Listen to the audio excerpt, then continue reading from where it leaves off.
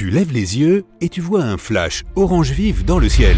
Quelques instants plus tard, tu entends un boom si fort que les vitres des fenêtres autour de toi éclatent en morceaux.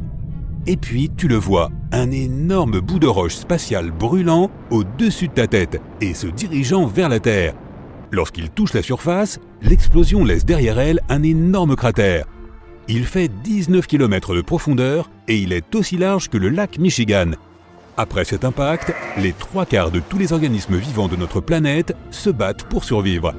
Cet événement a eu lieu il y a environ 66 millions d'années, et l'éclair brillant dans le ciel n'était autre que ce fameux astéroïde qui a anéanti les dinosaures.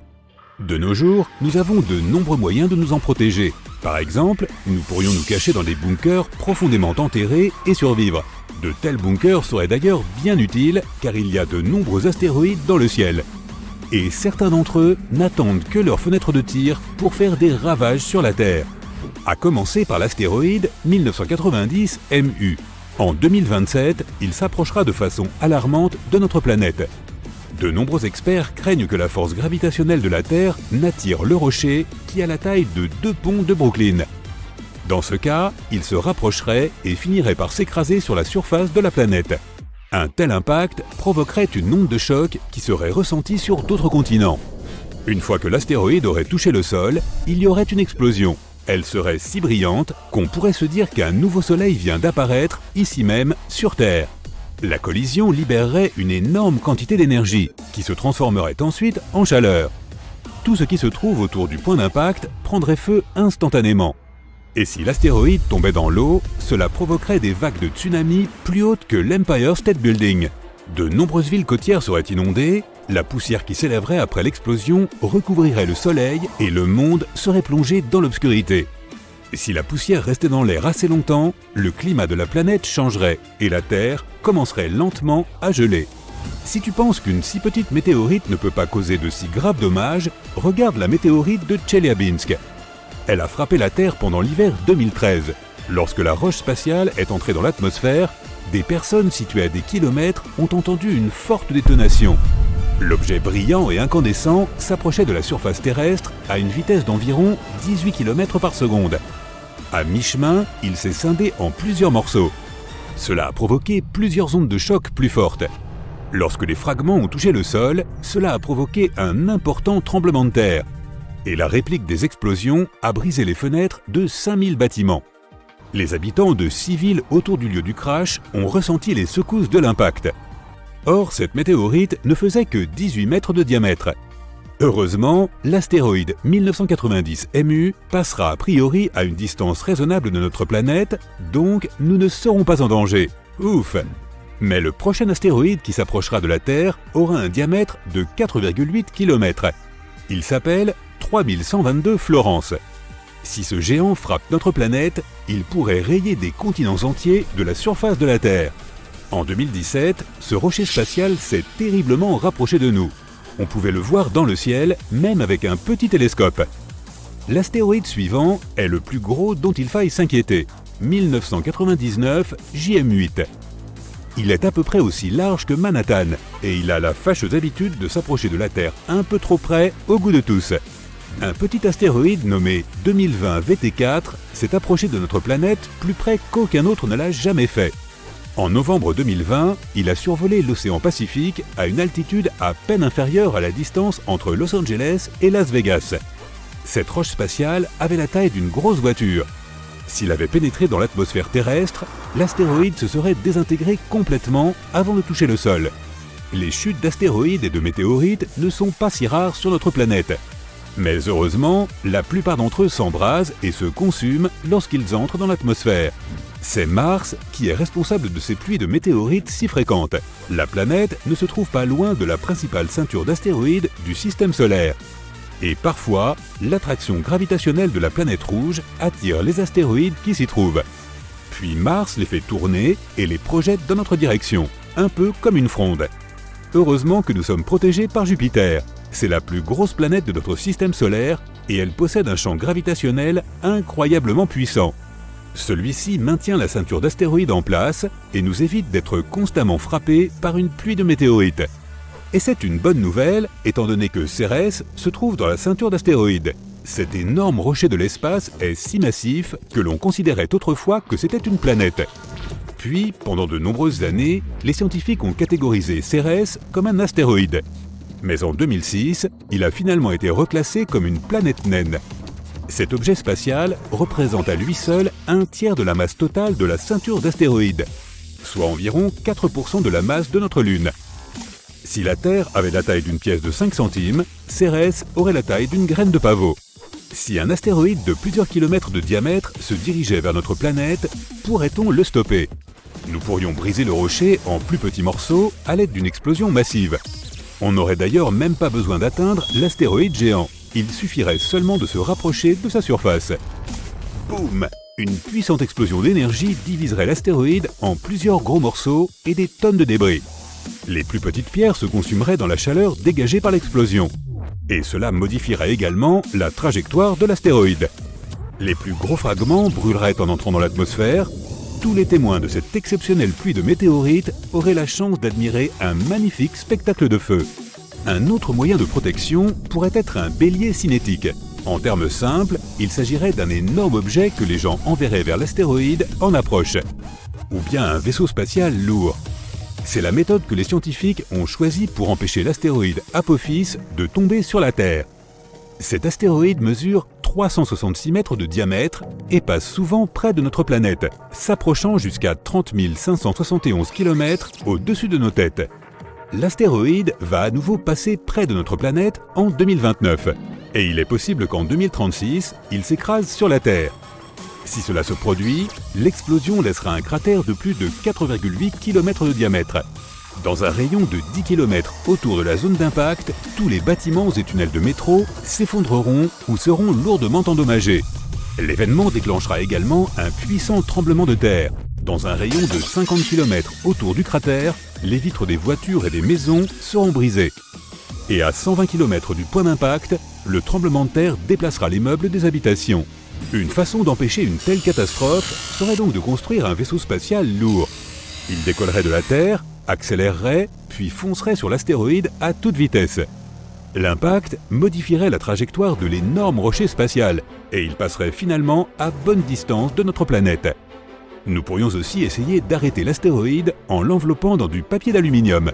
Cela rendrait sa surface réfléchissante et la pression solaire pourrait alors modifier progressivement la trajectoire de l'astéroïde. Une autre alternative consisterait à utiliser un remorqueur gravitationnel. Il faudrait envoyer un vaisseau spatial massif et sans équipage vers l'astéroïde.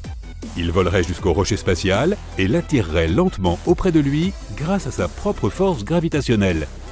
Un petit changement de cap suffirait pour que l'astéroïde croise notre planète sans la heurter. Une autre façon de protéger la Terre serait de construire un système de lentilles géantes dans l'espace. Tu as peut-être déjà essayé de concentrer la lumière du soleil avec une loupe. Tu sais alors à quel point cette lumière concentrée peut être chaude. Imagine maintenant qu'on installe de nombreuses lentilles géantes, toutes dirigées vers un seul point.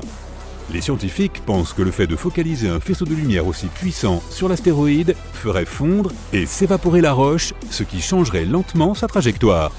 Un autre moyen supplémentaire de nous protéger serait d'installer plusieurs moteurs à sa surface. Cela transformerait l'objet spatial en une sorte de fusée, et on pourrait alors déterminer sa trajectoire depuis la Terre. Les étoiles errantes représentent un danger bien plus grand. Comme les astéroïdes, elles volent dans l'espace et peuvent entrer en collision avec tout ce qui se trouve sur leur trajectoire. Le problème est qu'elles ont une masse gigantesque, parfois comparable à celle de notre Soleil. Il y a environ 70 000 ans, un duo d'étoiles intergalactiques est passé en trombe devant le Soleil. Elles n'ont pas affecté la Terre, mais ont causé quelques perturbations à la périphérie du système solaire. Cet événement est susceptible de se reproduire. Un jour, l'étoile solitaire Gliese 710, qui a une masse équivalente à la moitié de celle de notre Soleil, se déplace en ce moment même vers notre système solaire. Il est possible qu'elle commence à attirer des roches de la ceinture d'astéroïdes extérieure et à les attirer vers nous. Et alors, les rares pluies de météorites que l'on peut observer de nos jours deviendront un événement régulier. Mais pour l'instant, cette étoile errante est extrêmement éloignée de notre monde. Et il y a plus de chances qu'elle passe à côté de nous sans affecter notre paisible existence. Et si l'on cuisinait un peu? Non, pas de pâtes et ni de hamburgers pour aujourd'hui. Que diriez-vous de quelque chose de plus exotique? Ou plutôt, de plus cosmique? Alors voilà, la recette est simple. Vous prenez une équipe d'astronomes enthousiastes et vous ajoutez quelques vieilles images issues du télescope spatial James Webb. Vous mélangez bien et vous obtenez un nombre impressionnant de petits astéroïdes, tous situés dans la grande ceinture qui se trouve entre Mars et Jupiter, Miam. Le clou du spectacle, c'est la direction dans laquelle certains de ces astéroïdes se déplacent. Car sur leur chemin, il y a notre pauvre planète. Sommes-nous condamnés simplement parce que vous avez décidé de cuisiner ? Les astéroïdes dont je parle sont beaucoup plus petits que l'énorme roche spatiale qui a anéanti les dinosaures. Mais ils peuvent quand même causer des dégâts considérables. Leur taille varie. Ils peuvent être aussi petits qu'un bus ou aussi grands qu'un stade. Mais même les plus petits sont très dangereux. Prenons un exemple récent et assez spectaculaire. C'est arrivé le 15 février 2013. Un petit astéroïde d'à peine quelques dizaines de mètres de large a explosé dans l'atmosphère au-dessus de Tcheliabinsk, en Sibérie, libérant une quantité d'énergie incroyable. De nombreuses personnes ont été témoins de l'événement et l'ont filmé, ce qui a permis aux scientifiques d'obtenir des indices essentiels. De nouveaux modèles informatiques ont aidé les scientifiques à reconstituer la taille, la vitesse et l'impact du météore de Tcheliabinsk. Il s'agissait vraisemblablement d'un astéroïde gros comme un immeuble de 5 étages et il aurait explosé à une altitude comprise entre 24 et 29 km au-dessus de la surface de la Terre, et ce avec une force inouïe. L'explosion a brisé 1 million de fenêtres et blessé plus d'1 millier de personnes. Heureusement, elle n'était pas assez puissante pour causer de vrais dégâts. Mais elle nous a donné une idée du danger que peut représenter une explosion aérienne. Une explosion aérienne se produit lorsqu'un objet explose haut dans l'atmosphère, sans jamais toucher le sol, mais en libérant suffisamment d'énergie pour dévaster la zone qui se trouve au-dessous. Mais revenons à nos petits astéroïdes. Le plus dangereux avec eux, c'est qu'ils frappent la Terre bien plus souvent que les plus gros, environ 10 000 fois plus souvent. Pour ne rien arranger, leur petite taille les rend plus difficiles à détecter à l'avance, ce qui nous laisse peu de temps pour nous préparer si l'un d'entre eux se dirige vers la Terre. Maintenant, remontons à l'époque des dinosaures. Ah non, ça c'est trop loin. Ah voilà. Une équipe d'astronomes travaille sur une méthode consistant à trouver de petits astéroïdes dans des images de télescope qui furent prises à l'origine pour étudier des étoiles lointaines. Grâce à cette méthode, ils ont pu examiner avec précision un système stellaire connu sous le nom de TRAPPIST-1, situé à 40 années-lumière de la Terre. Il s'agit de l'un des systèmes les plus étudiés en dehors de notre système solaire. En analysant ces images, ils ont découvert 138 nouveaux astéroïdes dans la ceinture d'astéroïdes principale, en plus des 8 qu'ils connaissaient déjà. Et devinez quoi? Parmi les astéroïdes nouvellement découverts, 6 semblent avoir été poussés sur des trajectoires qui pourraient les rapprocher de la Terre. Qui a fait ça? Probablement des planètes proches. Ont-elles une dent contre nous? Fait intéressant. Les scientifiques s'y pensaient ne trouver que quelques nouveaux astéroïdes, mais leur nombre s'est avéré bien plus élevé que prévu. Mais ce n'est pas étonnant. Ils explorent actuellement une partie de l'espace qu'ils connaissaient peu auparavant. Parlons maintenant du héros du jour, le télescope spatial James Webb. S'il est si efficace pour trouver de petits astéroïdes, c'est parce qu'il peut détecter leur chaleur. Ces astéroïdes émettent un rayonnement infrarouge, beaucoup plus visible que la faible lumière du Soleil qui se reflète sur leur surface. Cette technologie a permis aux scientifiques de repérer les plus petits astéroïdes jamais observés dans la ceinture d'astéroïdes principale. Les astéroïdes qu'ils ont trouvés sont des fragments issus de collisions entre des roches spatiales plus grosses. Les découvrir permet aux astronomes de comprendre l'histoire de cette ceinture et d'améliorer les méthodes de suivi des petits astéroïdes susceptibles de menacer la Terre. Les chercheurs prévoient d'utiliser le James Webb pour observer d'autres systèmes stellaires pendant au moins 500 heures. Ils espèrent que ce travail permettra de découvrir des milliers d'autres petits objets dans le système solaire. D'autres télescopes de pointe, comme l'observatoire Vera C. Rubin au Chili, seront également utiles. À partir de 2025, cet observatoire utilisera le plus grand appareil photo numérique du monde pour photographier le ciel austral chaque nuit pendant au moins 10 ans. Chaque image couvrira une vaste zone du ciel, soit environ 40 fois la taille de la pleine lune. L'observatoire pourrait trouver jusqu'à 2,4 millions d'astéroïdes en seulement 6 mois, soit près du double du nombre que nous connaissons. Récemment, la NASA a identifié 2 petits astéroïdes. Ils devaient passer près de la Terre le 16 décembre 2024. Heureusement, ni l'un ni l'autre ne présentait de danger pour la planète. Le premier astéroïde mesurait 21 mètres de large, soit à peu près la taille d'un gros avion, et se déplaçait à 17 400 km/h. Le deuxième astéroïde était légèrement plus petit, avec une largeur de 17 mètres, mais il se déplaçait plus rapidement, à 23 800 km à l'heure. Mais bon, même si cette fois-ci nous avons évité le désastre, qui sait ce que l'avenir nous réserve? Aïe, aïe, aïe. Cela peut sembler étrange de nos jours, mais les astronomes ne se sont pas vraiment intéressés aux petits astéroïdes pendant assez longtemps. Ils les considéraient comme de simples débris spatiaux qui gênaient l'observation des étoiles. Certains allaient même jusqu'à les appeler les parasites du ciel. Mais aujourd'hui, la façon dont nous voyons ces petites roches spatiales a complètement changé. En fait, jusqu'à récemment, nous ne pouvions repérer que les très gros astéroïdes, ceux faisant plus de 1,6 km de large. Les plus petits se fondaient dans le bruit de fond, des images prises par les télescopes. Mais ensuite, une astuce ingénieuse a permis de combiner plusieurs images de la même partie du ciel, et de rendre enfin visibles ces petits objets peu lumineux. Les données de certains télescopes, comme TRAPPIST et SPECULUS, ainsi que du télescope spatial James Webb, nous aident à améliorer la défense planétaire. Mais il ne s'agit pas seulement de protéger notre planète. L'étude de ces petits astéroïdes nous apprend également comment le système solaire a évolué. S'ils sont si nombreux, c'est parce qu'il s'agit de fragments issus de collisions entre des roches spatiales plus grosses. Un chercheur a déclaré que c'était comme si l'on regardait d'anciennes données d'une nouvelle manière. Ces petits astéroïdes, que l'on considérait auparavant comme de simples débris, sont essentiels pour comprendre notre système solaire et même pour se préparer à ce que l'avenir nous réserve. Parmi ces centaines de millions de roches en orbite autour du Soleil, dans la ceinture d'astéroïdes située entre Mars et Jupiter, certaines sont particulièrement inquiétantes. Elles s'approchent suffisamment de la Terre pour être préoccupantes. La NASA classe les astéroïdes qui orbitent à moins de 48,28 millions de kilomètres de notre planète comme des objets géocroiseurs. Et ceci pourrait constituer une menace sérieuse s'ils venaient à entrer en collision avec notre planète. Actuellement, la NASA surveille de près un astéroïde nommé Bennu. Il s'agit d'une roche spatiale assez grande, mesurant environ 490 mètres de diamètre. Elle pourrait potentiellement s'écraser sur la Terre dans 159 ans. Les astronomes l'ont repéré pour la première fois en 1999. Actuellement, les experts estiment qu'il y a une faible probabilité que Bennu dérive dans l'orbite terrestre et entre en collision avec notre planète d'ici le 24 septembre 2182. Est-ce que ce serait grave? Eh bien, pour mettre les choses en perspective, Bennu est plus grand que l'Empire State Building.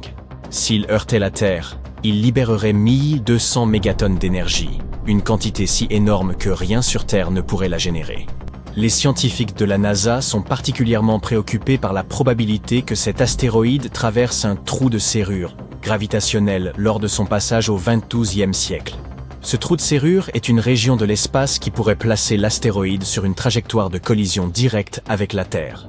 Bennu passe près de la Terre tous les 6 ans et s'est déjà approché à 3 reprises, en 1999, 2005 et 2011.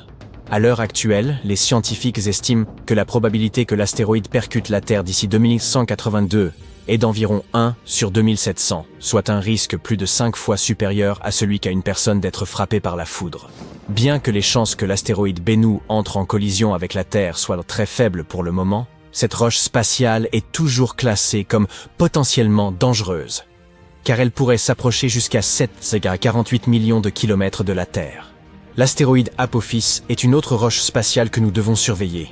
Il s'agit d'un objet géocroiseur d'environ 335 mètres de diamètre découvert en 2004. Au départ, il était considéré comme l'un des astéroïdes les plus dangereux jamais détectés. Apophis a rapidement attiré l'attention des experts, car ceux-ci pensaient qu'il pourrait représenter une menace sérieuse pour la Terre en raison de sa proximité avec notre planète en 2029. Cependant, après une étude plus approfondie de son orbite, les astronomes ont déterminé qu'il n'y avait aucun risque de collision avant au moins un siècle. Ouf, nous pouvons être tranquilles encore un petit moment. Les astéroïdes qui volent autour de nous ressemblent parfois à une féroce partie de balle aux prisonniers où l'on ne sait jamais quand l'un d'entre eux peut foncer dans notre direction. Alors on ne peut qu'observer la situation et à espérer que tout ira pour le mieux. Pour évaluer le risque, les scientifiques de différentes organisations doivent étudier la position et la trajectoire des astéroïdes qui s'approchent de notre planète, en particulier ceux qui ont une largeur d'au moins 1 km. La bonne nouvelle, c'est qu'aucun de ces astéroïdes ne nous touchera probablement avant au moins 1000 ans. Ouf! Pour nous donner une idée de leur puissance, des scientifiques ont réalisé une expérience pour simuler l'impact d'un astéroïde aussi gigantesque. L'énergie libérée par la collision serait de l'ordre de 100 000 mégatonnes. Cela équivaut à faire exploser 15 000 tonnes de dynamite.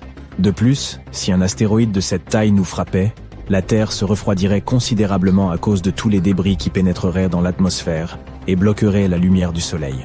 Dans ce cas, les plantes ne pourraient plus obtenir ce qui les nourrit, ce qui nous mettrait donc tous en difficulté, les humains comme les animaux. Heureusement, les impacts d'astéroïdes aussi gigantesques sont assez rares. Plus un astéroïde est gros, plus il met de temps à entrer en collision avec la Terre. Par exemple, on estime que les astéroïdes d'un diamètre d'au moins 1 km percutent notre planète environ une fois tous les 700 000 ans. Quant aux astéroïdes encore plus gros, d'une largeur de 5 km, on estime qu'ils ne s'écrasent qu'une fois tous les 30 millions d'années. Youpi! Mais attends, ne te détends pas trop vite! Les astronomes se concentrent sur les très gros astéroïdes, parce que ce sont ceux qui peuvent en quelque sorte condamner notre planète s'ils nous percutent. Oui, tu as tout compris, un peu à la manière des dinosaures. Même si l'un d'entre eux ne nous détruit pas complètement, les dégâts seraient tout de même énormes. Il y a donc encore des astéroïdes qui errent dans les parages, et que nous devons surveiller pour voir comment ils pourraient évoluer au fil du temps. Les scientifiques disposent d'un modèle de suivi qui leur permet de se concentrer sur les parties de la trajectoire d'un astéroïde qui s'approche de notre planète, afin de déterminer si le caillou spatial présente un risque pour nous. Il semblerait qu'un astéroïde, 7482, 1994 PC1, de 1100 mètres de diamètre puisse présenter un certain danger. Il est censé se rapprocher de notre planète dans les 1000 prochaines années. Et quand je dis risqué, cela signifie qu'il y a 0,0151% de chance qu'il s'approche à moins d'une distance Terre-Lune. Elle était déjà passée près de nous en 2022, mais nous avons eu de la chance car elle était assez loin, 1,9 million de kilomètres. Je dirais que nous pouvons nous détendre en ce qui concerne les scénarios d'astéroïdes, pour l'instant. L'impact d'un astéroïde sur la Terre serait une nouveauté pour l'humanité, mais pas pour la planète elle-même. Comme je l'ai dit, ces gros astéroïdes n'ont pas été nombreux jusqu'ici, mais ils ont tout de même eu d'énormes conséquences. Le premier qui vient à l'esprit de la plupart des gens est, bien sûr, l'astéroïde dinosaure, gros comme une montagne, qui a frappé notre planète il y a environ 66 millions d'années, près de la péninsule mexicaine du Yucatan. C'était chaotique. Des tempêtes de feu et des tsunamis se sont produits partout dans le monde. La poussière a bloqué le soleil et la roche vaporisée a libéré du soufre, ce qui a entraîné des pluies acides et l'acidification des océans. Mais il y a eu un autre phénomène encore plus important avant celui-ci. Il y a environ 2 milliards d'années, un gigantesque astéroïde s'est écrasé sur notre planète et a laissé un énorme cratère en Afrique du Sud. Celui que nous connaissons aujourd'hui sous le nom de cratère de Vredefort. Il semblerait que cet astéroïde ait été encore plus gros que ceux que nous pensions au départ, puisqu'il était 2 fois plus imposant que la roche spatiale qui a fait disparaître les dinosaures. Le cratère de Vredefort est confirmé comme étant le plus grand cratère visible sur Terre, avec un diamètre d'environ 159 km. Mais il était encore plus grand à l'époque où il s'est formé, peut-être même de 250 à 280 km de diamètre. Il est difficile de déterminer sa taille réelle, car le cratère s'érode depuis 2 milliards d'années. C'est un peu comme si l'on découpait des couches sur le bord d'un bol. Le diamètre se réduit à chaque fois. Lorsque l'astéroïde, large de 12 km, qui a anéanti les dinosaures, a frappé la Terre il y a environ 66 millions d'années, il a provoqué des destructions massives. Incendies de forêt, pluies acides, tsunamis, et tellement de cendres et de poussière qu'il a modifié le climat de la Terre. Tout cela a entraîné l'extinction d'environ 75% de la vie sur notre planète. L'astéroïde qui a créé le cratère de Vredefort était non seulement plus gros, mais il s'est également déplacé à une vitesse plus élevée, ce qui signifie que les conséquences ont dû être encore plus graves. Mais cela s'est passé il y a vraiment longtemps, et les êtres vivants étaient différents à l'époque. Il s'agissait peut-être de simples bactéries qui n'ont même pas remarqué qu'il se passait quelque chose d'inhabituel. La Terre n'est pas la seule à être touchée. De nombreux impacts se sont également produits dans notre système solaire. Par exemple, dans notre voisinage immédiat, allons voir Mercure et son énorme cratère, le bassin Caloris. Il mesure environ 1500 km de diamètre, soit plus que l'État du Texas. Un anneau de montagne imposante entoure le cratère, ce qui le rend encore plus impressionnant.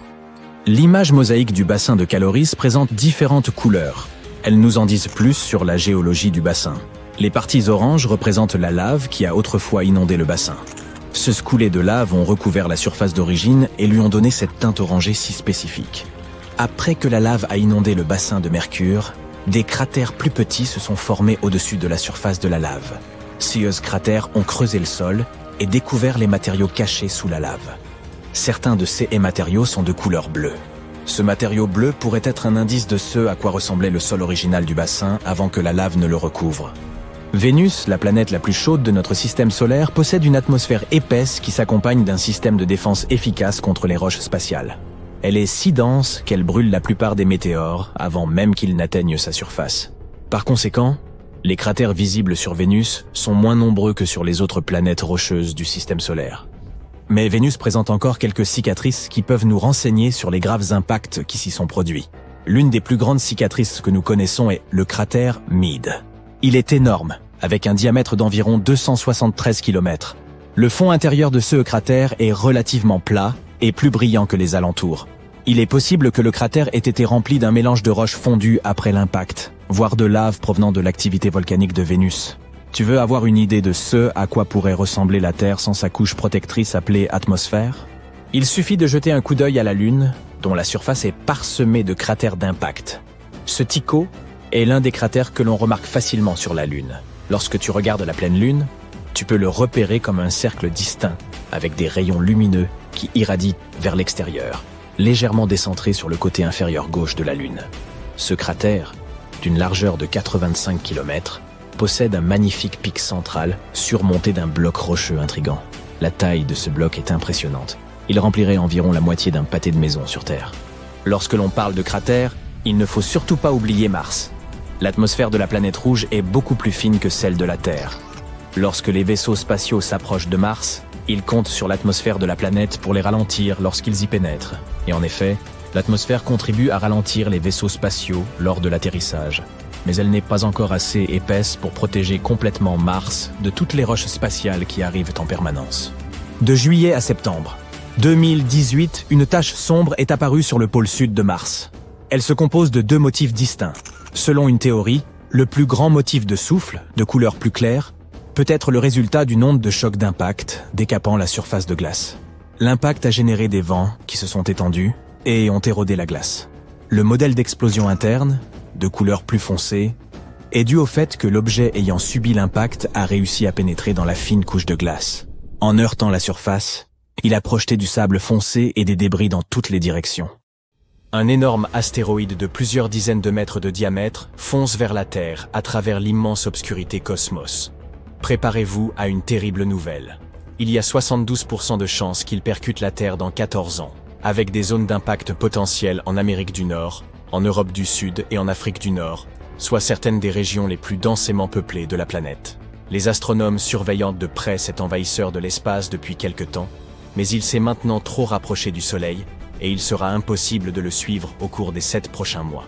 Bien sûr, il y a 28% de chances qu'il rate complètement notre planète, mais que se passera-t-il s'il touche dans le 1000? Une dévastation et une destruction mondiale. Voilà ce qui nous attend. Des milliers de vies perdues, des milliards et des milliards de dollars de dégâts, des espèces entières rayées de la surface de la Terre, des villes et des villages en ruine, des champs et des forêts détruits. Est-ce là l'avenir qui nous attend? Vous pouvez vous rassurer. Il ne s'agit que d'un scénario hypothétique créé par la NASA pour se préparer à une telle situation. L'agence spatiale réfléchit à ce type de catastrophe depuis des années. Encore plus cool, elle organise tous les 2 ans des exercices de simulation d'impact d'astéroïdes pour mettre les scientifiques, les agences gouvernementales et les experts internationaux sur la même longueur d'onde. Le dernier a eu lieu en avril et a réuni une centaine de personnes. Lors de ces exercices astéroïdes, les experts font comme si un rocher spatial géant se dirigeait vers nous. Ils réfléchissent ensuite à toutes les questions épineuses qu'ils peuvent se poser, comme quelle est sa taille? Où pourrait-il frapper? Que devrions-nous faire? C'est comme une énorme séance de brainstorming pour s'assurer que si cela devait arriver, nous n'aurions pas à repartir de zéro. Pour que ces scénarios soient aussi réalistes que possible, on mobilise le centre d'étude des objets géocroiseurs de la NASA. Ce sont eux qui suivent les astéroïdes réels et calculent leurs orbites. Ils simulent donc des mois d'observation d'astéroïdes, avec des incertitudes sur leur taille, leur trajectoire et leur zone d'impact potentielle. Le genre d'incertitude qui rend la prise de décision beaucoup plus difficile et qui les plonge donc dans une simulation aussi proche du réel que possible.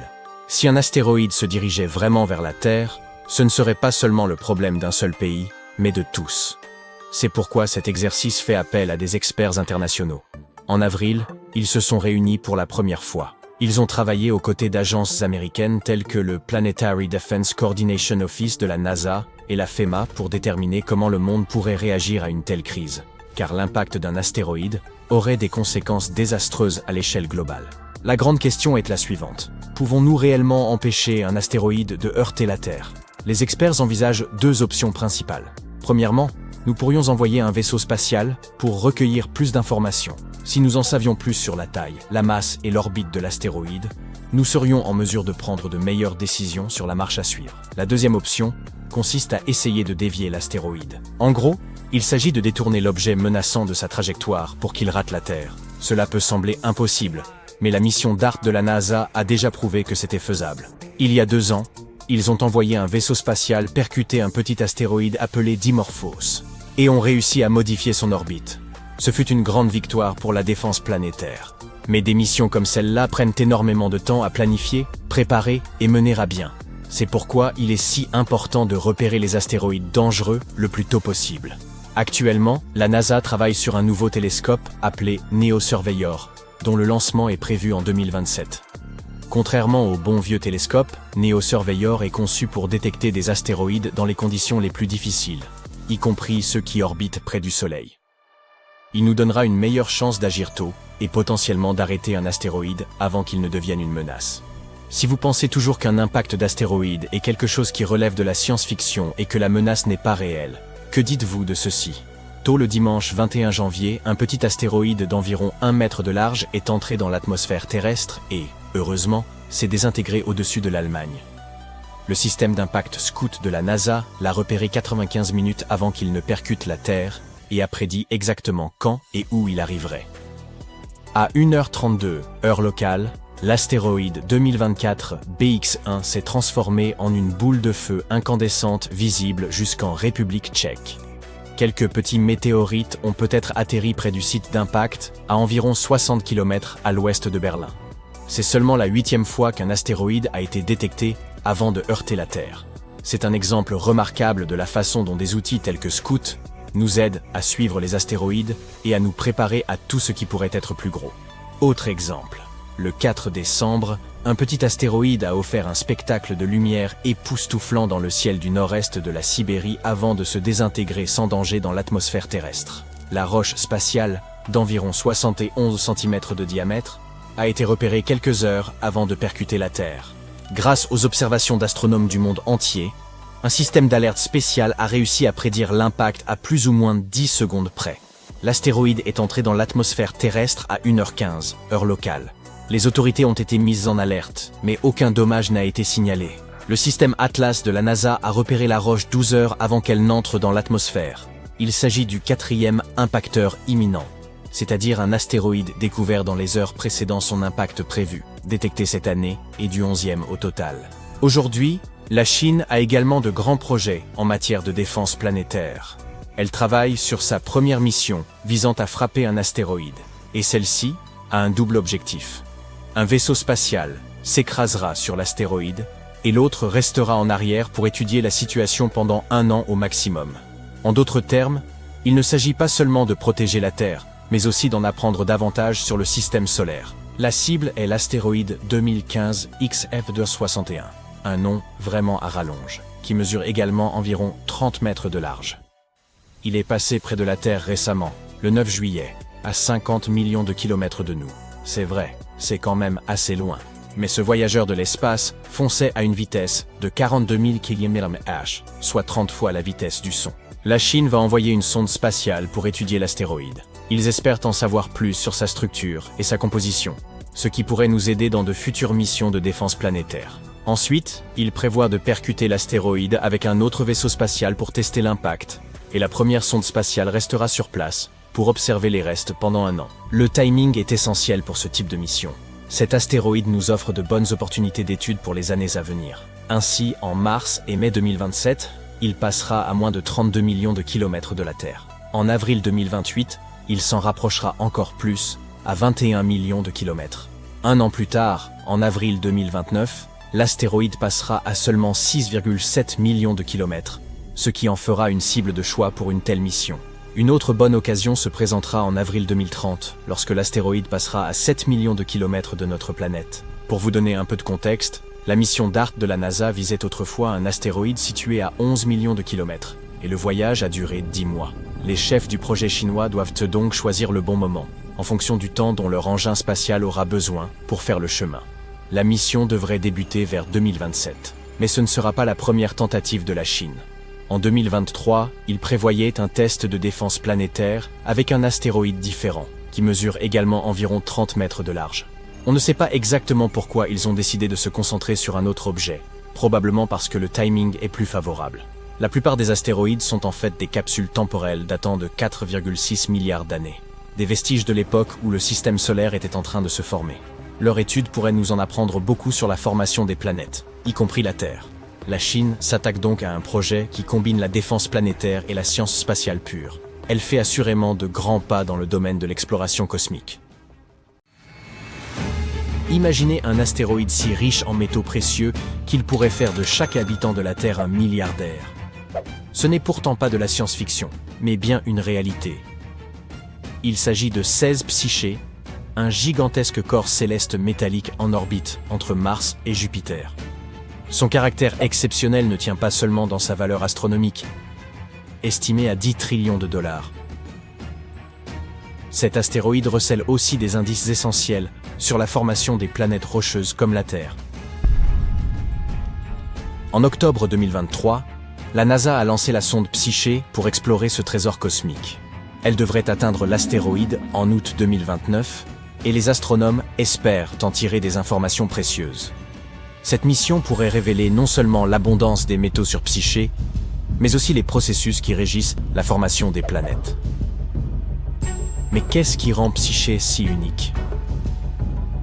Découvert en 1852 par un astronome italien, il fut le 16e astéroïde répertorié, d'où son nom. Il se démarque parmi les innombrables roches de la ceinture d'astéroïdes grâce à sa composition métallique. Contrairement aux astéroïdes rocheux ou glacés, Psyché semble être principalement constitué de fer et de nickel, avec peut-être des traces d'or et d'autres métaux rares. Avec un diamètre d'environ 280 km, Psyché n'est pas le plus grand des astéroïdes et reste surpassé par Cérès. Sa taille demeure néanmoins impressionnante. Sa superficie atteint 1605 000 km², soit l'équivalent de l'État de Floride. Les astronomes estiment que jusqu'à 60% de sa surface pourrait contenir des métaux précieux. Les scientifiques pensent également que cet astéroïde pourrait être le noyau mis à nu d'un ancien planétésimal, une protoplanète en cours de formation orbitant autour d'une étoile. Ce corps céleste aurait pu évoluer pour devenir une planète à part entière si une collision cataclysmique ne l'avait pas détruit il y a plusieurs milliards d'années. Si cette hypothèse se confirme, Psyché pourrait nous offrir un aperçu inédit de l'intérieur des planètes telluriques comme la Terre, dont le noyau demeure enfoui sous d'épaisses couches de croûte et de manteaux. Vous vous souvenez de cette sonde spatiale envoyée explorer l'astéroïde? Après avoir quitté la Terre pour se lancer dans cette ambitieuse mission, Psyché parcourra la distance vertigineuse de 3,5 milliards de kilomètres avant d'atteindre son objectif. Ce long périple s'étalera sur près de 6 ans. En mai 2026, elle passera à proximité de Mars et exploitera la gravité de la planète rouge pour s'élancer encore plus profondément dans l'espace. Cette technique, appelée assistance gravitationnelle, augmentera sa vitesse et affinera sa trajectoire vers l'astéroïde. Lorsque Psyché l'atteindra en août 2029, elle entamera une phase d'observation longue de 26 mois, au cours de laquelle elle analysera sa surface, identifiera sa composition et tentera d'en retracer l'histoire.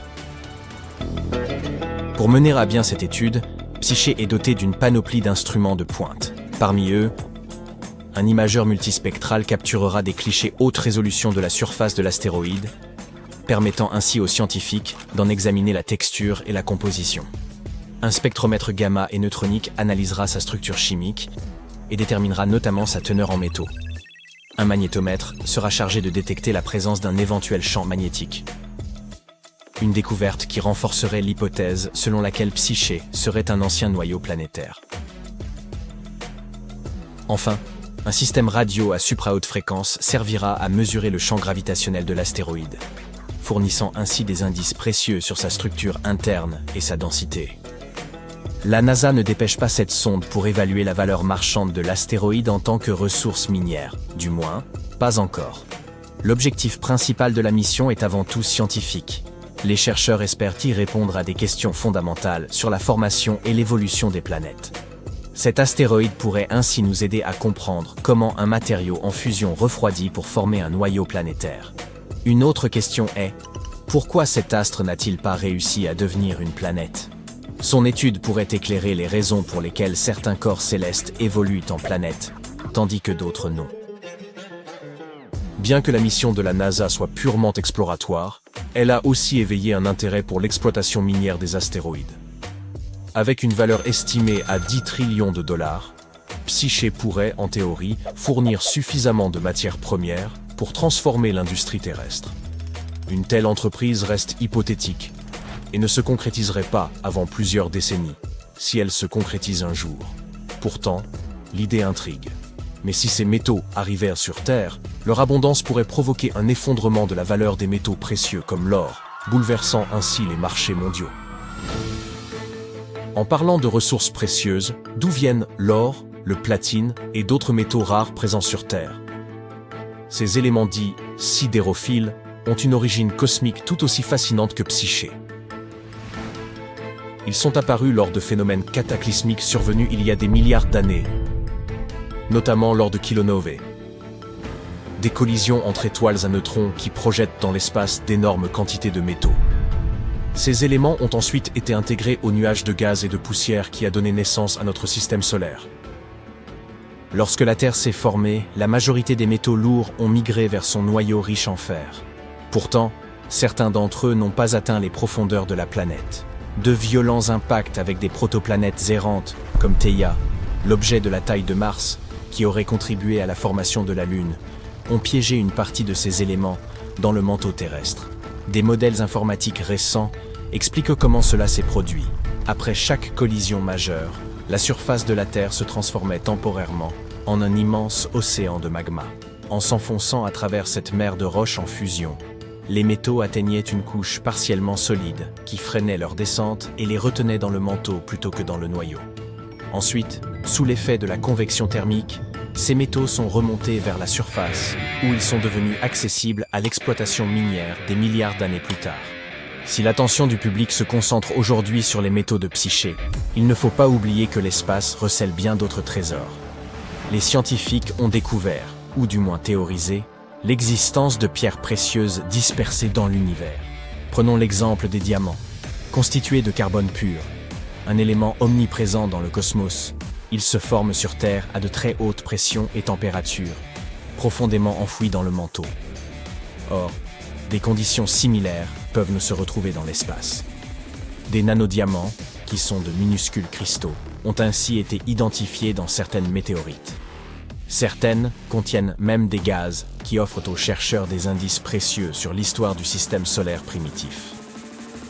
Selon certaines théories, il pourrait même pleuvoir des diamants sur Neptune et Uranus. Sur ces géantes glacées, les pressions colossales seraient capables de transformer le carbone en structure cristalline. Par ailleurs, des études suggèrent que certaines exoplanètes, selon leur taille et leur distance à leur étoile, pourraient renfermer des gemmes telles que des rubis ou des saphirs. Même notre Lune possède ses propres minéraux extraterrestres. Des traces de zircon cubique ont été retrouvées dans les échantillons lunaires. L'espace pourrait donc abriter bien plus de trésors que nous ne l'imaginions. Mais revenons à la mission Psyché. Elle pourrait non seulement dévoiler tout le potentiel des ressources spatiales, mais aussi mettre en lumière les défis liés à leur exploitation. Par exemple, extraire des matériaux d'un astéroïde nécessiterait des robots autonomes capables d'évoluer dans des environnements extrêmes. En plus de cela, il faudrait mettre en place des systèmes de transport efficaces pour acheminer ces ressources vers la Terre, ou les traiter directement en orbite. Il serait également crucial de veiller à ce que ces activités ne perturbent ni les écosystèmes terrestres, ni les équilibres de l'espace. Par ailleurs, la question juridique reste un enjeu majeur.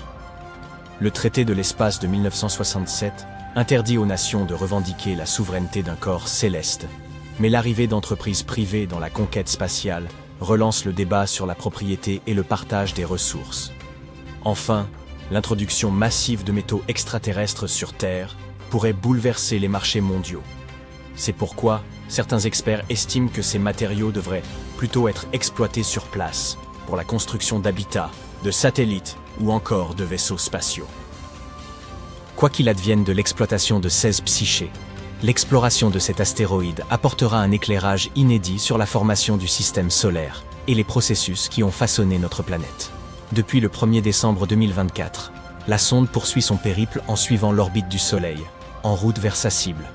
Ce voyage ne se limite pas à enrichir notre compréhension de l'univers. Il repousse également les limites du possible pour l'humanité dans sa conquête spatiale. Imagine-toi aux commandes d'un vaisseau spatial filant à travers un nuage d'astéroïdes. Tu en esquives un premier, un second, et soudain, tu écrases l'accélérateur pour te cracher volontairement et à toute allure sur un astéroïde. C'est exactement ce que la NASA se prépare bientôt à faire. La mission débute à la base aérienne militaire de Vandenberg, en Californie, le 24 novembre. Suivons-la étape par étape. Le propulseur d'appoint Falcon 9 est déjà sur la rampe de lancement. Celle-ci est aussi haute qu'un immeuble de 22 étages, ou que 11 girafes, et elle peut envoyer environ 8 tonnes de matériel en orbite. On pourrait donc envoyer un gros éléphant dans l'espace, et lui fournir aussi une bonne réserve de nourriture. Compte à rebours. 3, 2, 1, allumage. Des nuages de fumée se forment et la fusée commence à prendre de l'altitude. 9 moteurs fonctionnent à pleine puissance pour faire accélérer l'appareil. À son pic, celui-ci atteint une vitesse 10 fois supérieure à celle du son.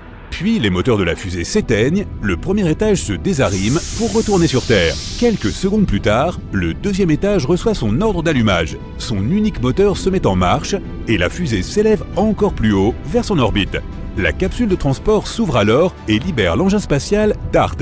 DART, fléchette en français, est l'acronyme anglais qui désigne la mission consistant à tester la déviation d'un astéroïde double. Une fois libéré, le vaisseau déploie ses 2 grands panneaux solaires. Ils lui permettront de convertir l'énergie solaire en électricité pour alimenter son moteur ionique révolutionnaire. Les moteurs conventionnels créent l'accélération en brûlant des tonnes de carburant qu'ils éjectent vers l'extérieur. La fusée expulse principalement par elle-même les gaz émis. Le moteur ionique ne consommera pas de carburant. Il utilisera un champ électrique puissant pour accélérer le gaz ionisé. Comme pour les fusées classiques, ce gaz sera expulsé et créera ainsi la poussée nécessaire. Bien que le moteur ionique produise une accélération plus faible, il peut amener l'engin spatial à atteindre des vitesses plus élevées. Les moteurs de fusée ordinaires sont très performants en déplacement. En enfonçant l'accélérateur, on brûle de grandes quantités de carburant, alors que le moteur ionique, lui, accélère lentement. Mais quand une fusée classique devra s'arrêter pour faire le plein, l'engin spatial ionique la dépassera à une vitesse folle. L'engin spatial DART commence donc son voyage d'1 an. En comparaison, un vol vers Mars prendrait environ 7 mois. Après un bond dans le temps d'1 année, voilà, nous sommes arrivés. Voici l'astéroïde Didymos. Le point le plus éloigné de son orbite se trouve à 2 unités astronomiques de notre étoile, ce qui équivaut à 2 distances Terre-Soleil. À cet endroit, le Soleil commence à exercer sur lui une force qui le tire en arrière. Puis, l'astéroïde s'avance vers l'étoile à son point le plus proche, soit un trajet Terre-Soleil. Son orbite est alors très comparable à celle de notre planète. Didymos s'est approché au plus près de la Terre à une distance d'environ 7,8 millions de kilomètres, ce qui correspond à 20 fois la distance Terre-Lune. Avec un tel écart, il faut 770 jours pour effectuer une révolution autour du Soleil. Didymos n'est donc pas encore considéré comme un astéroïde dangereux, mais avec le temps, il va se rapprocher de plus en plus de notre planète. Et les conséquences d'une collision pourraient être catastrophiques étant donné sa taille. Il est plus grand que 2 Empire State Building. Il effectue un tour complet sur lui-même en 2 heures et 15 minutes. Il accumule donc une énorme quantité d'énergie. Et en plus, il a un compagnon, un autre astéroïde. Celui-ci forme un petit caillou de 160 mètres de large, ce qui correspond à 12 bus ou encore 10 wagons de train. Sa période orbitale, c'est-à-dire le temps qu'il met pour effectuer un tour complet de Didymos, est d'environ 11,9 heures. La NASA pense que les astéroïdes d'une largeur maximale de 25 mètres ont de grandes chances de se consumer complètement en pénétrant dans notre atmosphère en raison de la friction intense subie au contact de l'air. Ils ne sont donc pas dangereux. Les astéroïdes dont la taille est comprise entre 25 et 800 mètres, en revanche, ne se consumeront pas entièrement et pourraient causer de graves dommages. Les astéroïdes d'une taille supérieure à 800 mètres pourraient rayer de la carte de grandes métropoles, voire même des États entiers. En ce sens, nous pouvons considérer Didymos comme potentiellement dangereux. Nous allons donc tester sur lui une méthode de défense, l'impact cinétique. C'est pour cette raison que nous avons envoyé DART à sa rencontre. Notre engin spatial va donc bien heurter un astéroïde. Seulement, on ne vise pas son corps principal, mais le petit caillou qui l'accompagne. DART se déplace déjà vers lui à environ 6,6 km par seconde. À cette vitesse, un voyage de New York à Washington prendrait moins d'1 minute. Un trajet d'une côte à l'autre des États-Unis, environ 10 minutes. DART se rapproche, 3 secondes avant l'impact. 2, 1, boum! L'engin spatial s'écrase sur l'astéroïde à toute vitesse. Quelles sont tes prédictions? Le rocher spatial explose, réduit en pièces, ou bien il ricoche sur le corps principal qui se retrouve alors projeté dans l'espace comme une boule de billard? Eh bien, les scientifiques prédisent que cette collision réduira la vitesse de ce petit caillou d'une fraction infime et pourtant suffisante pour réduire sa période orbitale de quelques minutes. Nos télescopes terrestres pourront alors étudier plus en détail les effets de cette collision.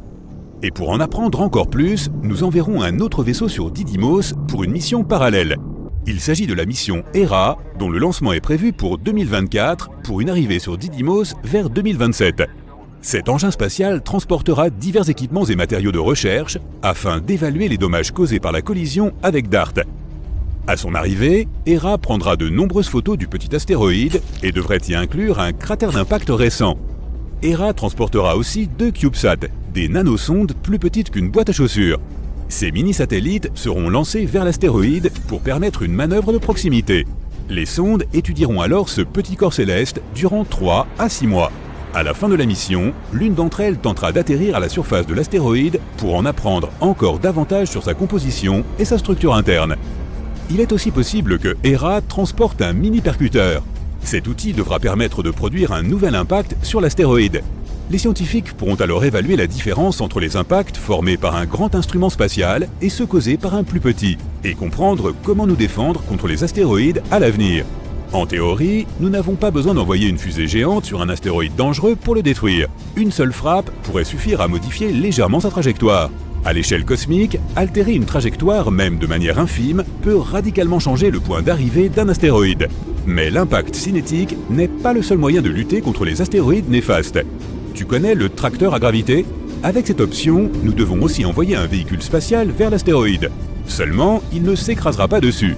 Il devra entrer en orbite autour de lui. Tout astéroïde exerce une force d'attraction. Celle-ci attirera donc l'engin spatial vers le corps céleste, tandis que les moteurs du vaisseau maintiendront son altitude. Alors, l'astéroïde lui-même commencera à être attiré vers le vaisseau spatial. Cette méthode est assez fiable, mais prend beaucoup de temps, et elle ne fonctionnera que si nous détectons un astéroïde potentiellement dangereux plusieurs années avant son arrivée. Il nous faudrait disposer de suffisamment de temps afin d'envoyer un vaisseau spatial vers l'astéroïde, puis utiliser la technique du tracteur gravitaire. Une autre alternative serait d'utiliser un laser. Dès qu'un astéroïde est découvert, nous pouvons diriger un puissant rayon laser vers lui. Il chauffera l'astéroïde en un point précis, ce qui provoquera l'évaporation d'une partie de sa matière. Et c'est là que la physique entre en jeu. La matière située sur le haut de l'astéroïde s'évapore du même côté. Cela provoquera le déplacement de l'astéroïde à l'opposé. C'est comme pour nos moteurs de fusée. Le carburant est expulsé dans une direction et le vaisseau spatial se déplace dans l'autre. Nous pouvons aussi utiliser l'énergie solaire au lieu des lasers. Pour cela, nous devons construire une énorme station spatiale remplie de loupes. As-tu déjà essayé de graver des lettres sur une surface en bois à l'aide d'une loupe? Eh bien, nous ferions la même chose, mais sur un astéroïde. Notre station spatiale devra concentrer un grand nombre de rayons solaires en un seul point de l'astéroïde. Là encore, une portion de sa matière s'évaporera à cause de la montée en température, ce qui entraînera une légère modification de sa trajectoire initiale, évitant ainsi notre planète. Et pourquoi pas une feuille d'aluminium? Eh oui, nous pouvons éviter une collision avec un astéroïde en utilisant du simple papier aluminium. Il nous faudrait envelopper l'astéroïde dans ce matériau réfléchissant. Au lieu d'absorber les rayons du Soleil, l'astéroïde les réfléchira. Ceci aura pour effet de créer une certaine pression à sa surface. Ce sera comme si les rayons du Soleil poussaient l'astéroïde et sa trajectoire en sera modifiée. L'option qui n'est pas la plus évidente mais la plus fiable est celle des moteurs de fusée conventionnels. Nous pouvons ainsi installer sur l'astéroïde de nombreux moteurs dont la puissance d'accélération changera la trajectoire. Avec suffisamment de moteurs, nous pouvons même prendre le contrôle de l'astéroïde. Ainsi, lorsqu'un rocher spatial plus gros encore apparaîtra à l'horizon, nous mettrons nos moteurs en route et dirigerons notre astéroïde droit sur lui. Une telle collision pourrait même complètement détruire un astéroïde de très grande taille, ce qui donnerait à voir un spectacle lumineux absolument spectaculaire. Le soleil se lève sur les arbres, les marécages et la végétation foisonnante de la péninsule du Yucatan. Nous sommes il y a 66 millions d'années, les derniers jours de l'ère mésozoïque. Ce monde pacifique ne sait pas encore qu'un astéroïde de la taille d'une montagne se rapproche de la Terre à une vitesse de plus de 60 000 km/h. On dirait une boule de feu qui grossit de plus en plus à chaque minute. Bientôt, elle semble plus grosse que le Soleil. Les dinosaures qui vivent alors sur Terre ne se doutent pas qu'ils doivent fuir afin de se mettre à l'abri. Même si, à vrai dire, cela ne les aiderait en rien. L'astéroïde s'écrase sur Terre avec une puissance énorme.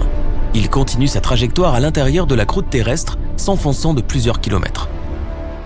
L'impact laisse un cratère de plus de 160 km de diamètre. Des milliers de kilomètres cubes de roches se transforment instantanément en vapeur. Cette collision déclenche une série de catastrophes naturelles qui effacent 80% de la vie sur Terre. C'est cet astéroïde qui met un terme à l'ère des dinosaures.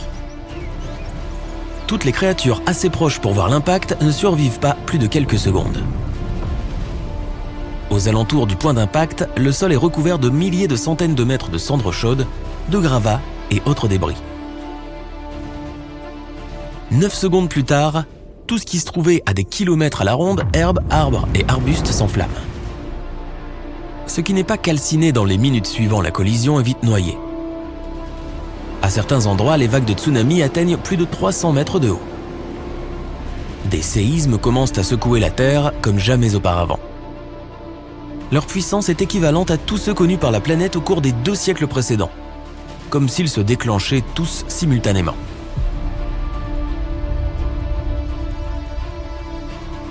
Un peu moins d'1 heure après la collision, une rafale de vent traverse la zone à plus de 900 km/h. Elle balaye tout ce qui est resté sur place et disperse les débris sur des kilomètres. Un peu plus loin de la zone d'impact, le ciel s'assombrit terriblement. Ce qui ressemble à des étoiles filantes est en réalité des débris de cet astéroïde qui pleuvent sur la planète. En pénétrant dans l'atmosphère, ils brillent et émettent un rayonnement infrarouge. Dans les premières heures suivant la collision, le ciel devient totalement noir. Il va s'éclaircir très lentement. Pendant les 2 années qui suivent, il ressemblera à quelque chose entre un jour nuageux et le crépuscule. Beaucoup de plantes ne survivent pas à l'absence de lumière du soleil. Des cendres restent en suspension dans l'air pendant des mois. Donc lorsqu'il pleut, l'eau est extrêmement acide. Les incendies continuent de faire rage. Pendant un certain temps, ils produisent des tonnes de toxines qui détruisent la couche d'ozone. La Terre connaît alors l'une de ses époques les plus difficiles. Plus de 30 000 objets tournant actuellement autour de la Terre pourraient s'écraser sur notre planète. La NASA considère qu'environ 1500 d'entre eux sont potentiellement dangereux. Ces roches spatiales sont des vestiges restant d'après la formation du système solaire il y a 4,6 milliards d'années. Si l'un de ces objets frappait notre planète, les conséquences seraient imprévisibles. Elles peuvent aller du simple bris de vitre à l'anéantissement de toute forme de vie sur la Terre. Malheureusement, dans notre cas, il est plus probable que ce soit la deuxième option qui prévale. En 2004, les astronomes ont découvert un énorme astéroïde proche de la Terre. Les premières observations ont permis d'estimer que la probabilité de risque qu'il frappe notre planète s'élevait à un peu moins de 3%. Cet astéroïde a été nommé Apophis. Il mesure plus de 300 mètres de diamètre et pèse environ 20 millions de tonnes. Il est censé traverser notre ciel le vendredi 13 avril 2029. Quelle ironie! Normalement, Apophis passera à environ 30 000 km de la surface de la Terre. Les scientifiques sont quasiment sûrs qu'il n'entrera pas en collision avec notre planète. Ils sont aussi très excités par la possibilité de pouvoir observer ce corps céleste de si près. Et pas seulement eux. Près de 2 milliards de personnes pourront voir l'astéroïde à l'œil nu. Mais même si ce gros caillou évite notre planète en 2029, il reviendra 7 ans plus tard en 2036. Et c'est à ce moment-là que la vie telle que nous la connaissons pourrait prendre fin. L'attraction gravitationnelle de la Terre est susceptible de le faire passer plus près, et lorsqu'il repassera près de 10 ans plus tard, sa trajectoire sera proche de la collision. Alors, que se passerait-il si Apophis ou un autre astéroïde de cette taille s'écrasait sur la Terre? Il percuterait notre planète à plus de 1600 km/h. En raison de sa taille énorme, la friction de l'air ne pourrait même pas le ralentir. C'est la croûte terrestre qui l'arrêterait. L'impact transformerait instantanément en vapeur non seulement l'astéroïde lui-même, mais aussi un énorme morceau de la croûte terrestre. Une telle collision raserait tout, même les immeubles en béton armé situés à plusieurs kilomètres du cratère. Si l'astéroïde s'écrasait dans l'océan, des vagues de plusieurs centaines de mètres de hauteur se créeraient et balayeraient les côtes avoisinantes. Certains débris seraient propulsés tellement loin qu'ils quitteraient l'atmosphère pour se mettre en orbite autour de la Terre, mais la plupart d'entre eux finiraient par retomber, en réchauffant l'atmosphère jusqu'à ce qu'elle devienne aussi brûlante qu'un four. Les feux de forêt se propageraient partout dans le monde et tout ce qui ne serait pas abrité sous terre serait carbonisé en un rien de temps. Ensuite, pendant au moins 1 an, la Terre aurait la même apparence que lorsqu'elle a été frappée par l'astéroïde il y a plus de 60 millions d'années. Cendres, poussière, plus de lumière du soleil, un endroit lugubre. Au fait, en 2015, les astronomes ont remarqué un astéroïde mesurant près de 400 mètres de large, à peine 3 semaines avant qu'il ne frôle notre planète de façon alarmante. Si sa trajectoire avait été légèrement différente, personne n'aurait eu le temps d'empêcher la collision ou de se sauver. Mais est-ce que cela signifie que si un tel monstre se dirigeait vers la Terre, nous serions tous condamnés? Pas d'inquiétude, on aurait encore une chance de s'en tirer. Premièrement, nous pourrions utiliser un vaisseau spatial pour faire dévier cet objet de sa trajectoire, ou même le réduire en morceaux. Les scientifiques pourraient aussi le ralentir en concentrant des rayons de soleil sur lui. On pourrait également tenter de le dévier grâce à un tracteur gravitationnel. Théoriquement, c'est un engin spatial qui pourrait dévier d'autres objets dans l'espace sans les toucher. Dans les films de science-fiction, d'énormes astéroïdes menacent souvent la Terre en prenant les astronomes par surprise. Ils foncent vers notre planète à une vitesse fulgurante et sont découverts à peine quelques semaines voire quelques jours avant l'impact. En réalité, les scientifiques observent en permanence tous les objets plus ou moins grands qui se trouvent aux alentours de notre planète. Cela signifie qu'ils auraient largement le temps d'agir avant que l'inévitable ne se produise. Il existe 3 types de missions que les scientifiques pourraient mettre en place à court terme. Celle de type 0 consiste à précipiter un lourd vaisseau spatial vers la météore avec un seul but, le faire dévier de sa trajectoire. Dans ce cas, les astronomes devraient se fier aux informations déjà disponibles. La mission de type 1 impliquerait un éclaireur qui serait envoyé vers cette menace afin d'obtenir des informations plus précises sur elle. Ce n'est qu'ensuite que le vaisseau principal serait lancé. Avec des informations plus précises, le résultat obtenu serait beaucoup plus productif. Et si les scientifiques choisissaient la mission de type 2, ils enverraient en même temps un éclaireur et un petit vaisseau spatial. Le vaisseau spatial ferait légèrement dévier l'astéroïde de sa trajectoire, puis l'éclaireur recueillerait toutes les informations nécessaires. En se basant sur ces données, le vaisseau principal terminerait le travail avec une seconde poussée plus précise. Si aucune de ces méthodes ne fonctionnait, nous pourrions essayer d'aller nous réfugier dans les profondeurs de la Terre ou de construire des abris au fond de l'océan. Mais il faudrait trouver des sources d'énergie pour nous aider à survivre pendant plusieurs décennies. En plus, il faudrait créer un système de survie pouvant maintenir la fraîcheur de l'air et de l'eau. Une autre option, qui ne semble pas encore réaliste, consiste à aller dans l'espace. Mais il ne peut s'agir d'une orbite terrestre basse, qui correspond à environ 1900 km d'altitude, car les débris qui s'envoleraient pourraient facilement atteindre aussi cette hauteur. Cela laisserait donc 2 options, la Lune ou Mars. Malheureusement, pour l'instant, nous n'avons aucune idée de la manière d'établir une colonie spatiale autonome. Et il ne reste pas beaucoup de temps pour le découvrir.